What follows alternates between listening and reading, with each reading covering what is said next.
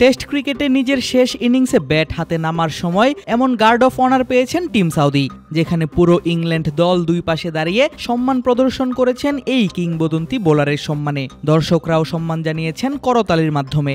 আর লাল বলের ক্রিকেটে নিজের শেষ ম্যাচে সাউদির দল নিউজিল্যান্ড জিতল রেকর্ড করেই। কিউই এই বোলার পেলেন রাজসিক এক বিদায়।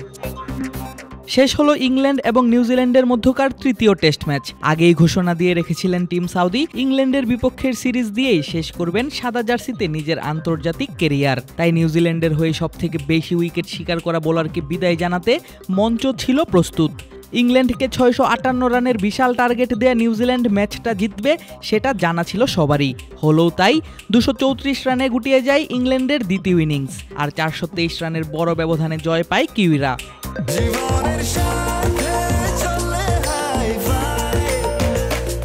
স্বাস্থ্যকর অল টাইম হানিকম, সব সময় অল টাইম হেলদি লাইফ।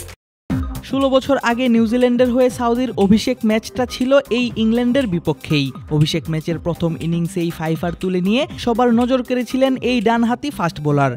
সাজ ঘরে ফিরিয়েছিলেন অধিনায়ক Michael Vaughan, Kevin Pietersen, Stuart ব্রডের মতো ব্যাটারদের।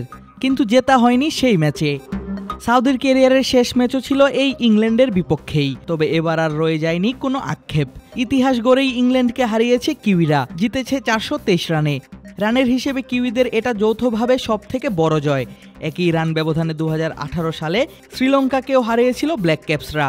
ইংল্যান্ডের বিপক্ষে এর আগে তাদের সবথেকে বড় জয় ছিল 199 রানের।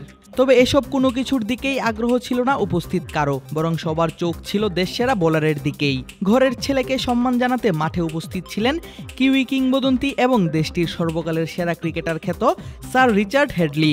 ম্যাচ শেষে সাউদির হাতে তুলে দেন ব্ল্যাক ক্যাপস ক্রিকেটের পক্ষ থেকে সম্মাননা স্মারক। ক্যারিয়ারের শেষ দিনে সাউদি পেয়েছেন ইংল্যান্ডের সর্বোচ্চ স্কোরার জ্যাকব বেথেলের উইকেট।